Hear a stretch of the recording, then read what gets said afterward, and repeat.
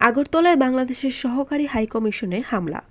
বাংলাদেশের সমসাময়িক কিছু বিষয় নিয়ে ভারতে একের পর এক বিক্ষোভের মধ্যে এবার ত্রিপুরার আগরতলায় অবস্থিত বাংলাদেশের সহকারী হাইকমিশনে হামলা চালিয়েছে উগ্রপন্থী ভারতীয়রা।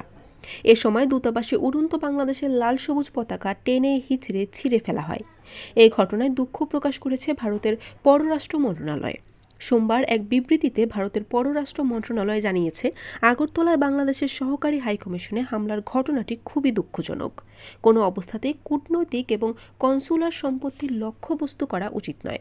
বিবৃতিতে আরও বলা হয়, এমন অবস্থায় নয়াদিল্লিতে বাংলাদেশ হাই কমিশন এবং ভারতে অবস্থিত বাংলাদেশের সহকারী হাইকমিশনের নিরাপত্তা ব্যবস্থা জোরদার করার জন্য সরকার ব্যবস্থা নিচ্ছে।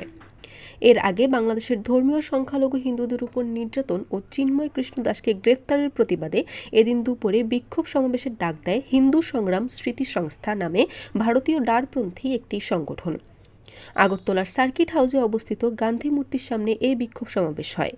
পরে বিক্ষোভ সমাবেশ থেকে 6 জনের একটি প্রতিনিধি দল বাংলাদেশ সহকারী হাইকমিশনে গিয়ে স্মারকলিপি প্রদান করে।